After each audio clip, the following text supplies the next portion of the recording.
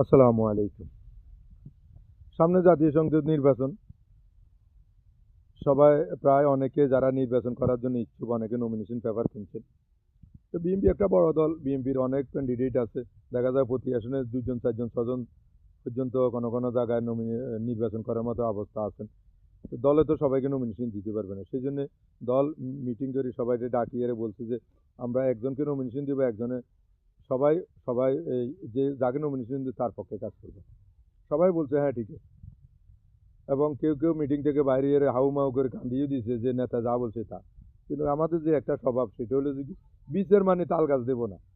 সব কিছু ঠিক আছে, ওই সময় বলে এসছে, কিন্তু যখন নমিনেশন পায় না, প্রার্থীটা ঘোষণা করছে, তখন আর ওই ওই জায়গায় নাই।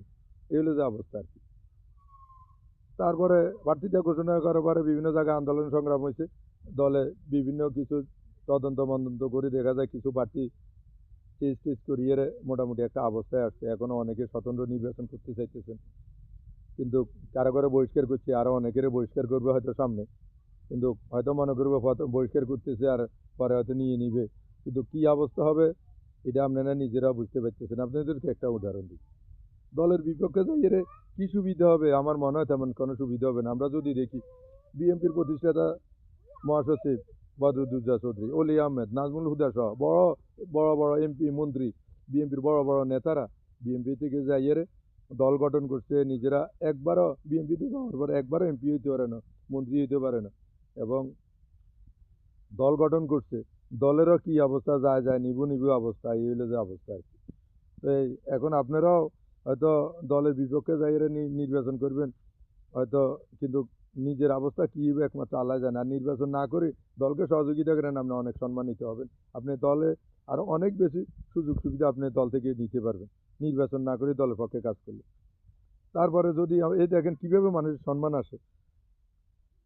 ফখরুদ্দিন মঈনুদ্দিন সেনা সমিতি তো ওই সময় যে বিএনপিকে ভাঙার জন্য চেষ্টা করছিল, সাইফুর রহমানকে ভারপ্রাপ্ত চেয়ারম্যান আর ভারপ্রাপ্ত মহাসচিব ইয়ে মেজর হাফিজ রেডি এর একটা দল গঠন বিএনপিকে ভাঙিয়ে করতে চেয়েছিল। কিন্তু শেষ পর্যন্ত যখন নির্বাচন ২০০৮ সালে নির্বাচন হয়ে যাওয়ার পরে বিএনপি দল ক্ষমতায় আসেনি।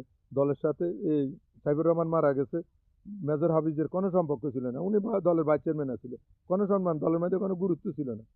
কিন্তু ২০২৪ সালে আওয়ামী লীগের আমি দামি নির্বাচনে শুধু নির্বাচন না করার কারণে, দলের কথা রাখার কারণে ওনাকে দল স্ট্যান্ডিং কমিটির সদস্য বানাইছে। অতএব আপনারা নির্বাচন করি না, আপনারা অনেক বেশি সম্মানিত হবেন দলকে সহযোগিতা করেন। ধন্যবাদ।